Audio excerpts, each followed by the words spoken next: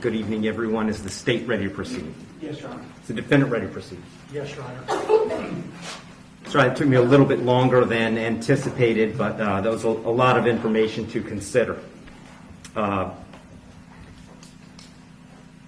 me just start by saying that as multiple people have observed, this is a particularly difficult case because there's really nothing that the court can do that's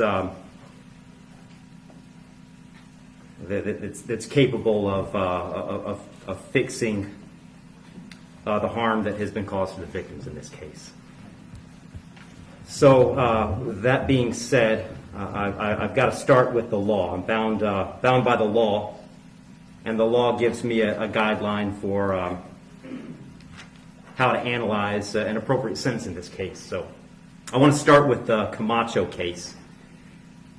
It's really the first thing I need to address is whether or not the court's going to depart from the minimum in this case, which is 222 months or approximately 18 and a half years in the Florida State Prison as a minimum. The Camacho case, as Mr. Fitzgibbons pointed out and argued, lays out really a three-factor test. Is there a valid legal basis for departure? Is there competent substantial evidence that the facts support an application? Do the facts apply to the departure basis that is being asserted? To both of those questions, I answer those yes. There is a valid legal basis for departure, and there is competent substantial evidence that would support a departure. And really, I'd find that as to all of the departure bases argued, with the exception of the disparity argument. I'll just comment on that one for a moment. The defendant has argued that an available basis for departure is the disparity between the guidelines and the sentence that Mr. Barano got. I don't agree with that. I agree that disparity could potentially be an available legal basis for departure. But in this case, I don't think it applies because I do think that there are important substantive differences between the facts as applied to Mr. Barano and the facts as applied to Mr. Heron. The state's put those on the record. I won't elaborate on it too much other than to say I think that the difference, the age of majority for Mr. Heron is one of those.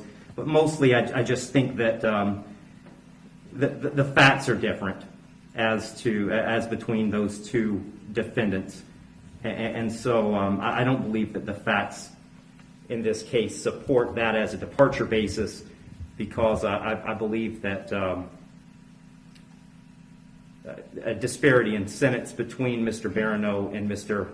Heron is appropriate in this case. That brings me to the third question of should essentially the third factor under the Camacho case is should the trial court depart? And the court in this case is going to decline to depart. So I'm answering that question in the negative. The trial court in this case is not going to depart. And I don't reach that decision lightly. When evaluating an appropriate sentence, I will start with Florida Statute 921.002. It was pointed out several times the primary purpose of the criminal punishment code in Florida is to punish. And I've got to take into account the severity of the primary offense and the circumstances surrounding the primary offense. When I take into account circumstances and severity, a lot of what I'm taking into account really when I sentence is intent and harm. And in this case, there wasn't any evidence, and nor does the court believe that there was any specific intent to do harm, in this case to the victims. But there was intent to drive at an egregious speed, 102 miles an hour, regardless of the consequences and regardless of of who that ended up harming. And then the second part of that, the second component, is the harm caused. And in this case, it's just impossible to have greater harm than the harm that occurred in this case, which was the loss of a mother, loss of a baby, and really the loss of a family as it existed when this occurred. I did consider, I also want to make a record, I did consider sentencing Mr. Heron as a youthful offender, but for the same reasons that I'm discussing, I didn't think sentencing him as a youthful offender was appropriate. I agree that youthful offender was something that the court could have done. I did consider it. I carefully considered it. But the court just found that due to the serious nature of these offenses, the extreme nature of the conduct, and again, the level of harm, that a youthful offender sentence was not appropriate. So given that the court is not departing, the guidelines call for a sentence of 18, essentially 18 and a half years at a minimum, and 30 years as a maximum. And the court doesn't find that either the minimum or the maximum is appropriate in this case. I've said it several times, the serious nature of the offense, egregious nature of the conduct, and mostly the harm that's been caused prevent me from putting this as a bottom of the guidelines minimum case.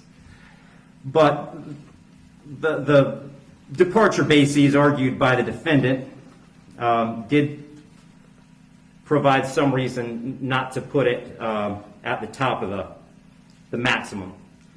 And specifically, the court did take into account that the defendant's 18, certainly responsible for his actions, and he's being held accountable for his actions.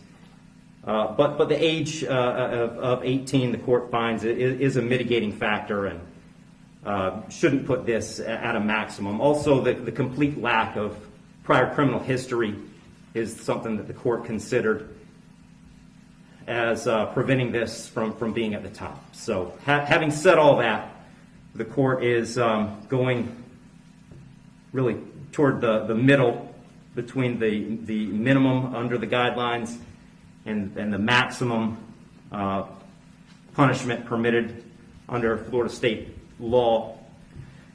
So on count one, vehicular homicide, the court's going to adjudicate the defendant guilty, sentence him to 9 years in the Florida State Prison. On count two, same charge, court will adjudicate the defendant guilty, sentence him to 15 years Florida State Prison, and that'll run consecutive to count one, for a total of 24 years Florida State Prison. Count three is a misdemeanor, unlawful racing on a highway, so the court will adjudicate the defendant guilty, sentence him to time served. Give credit for time served, I believe, 2 days. Court will impose mandatory court costs. Mr. Heron, you have given up the right to appeal the determination of your guilt or innocence.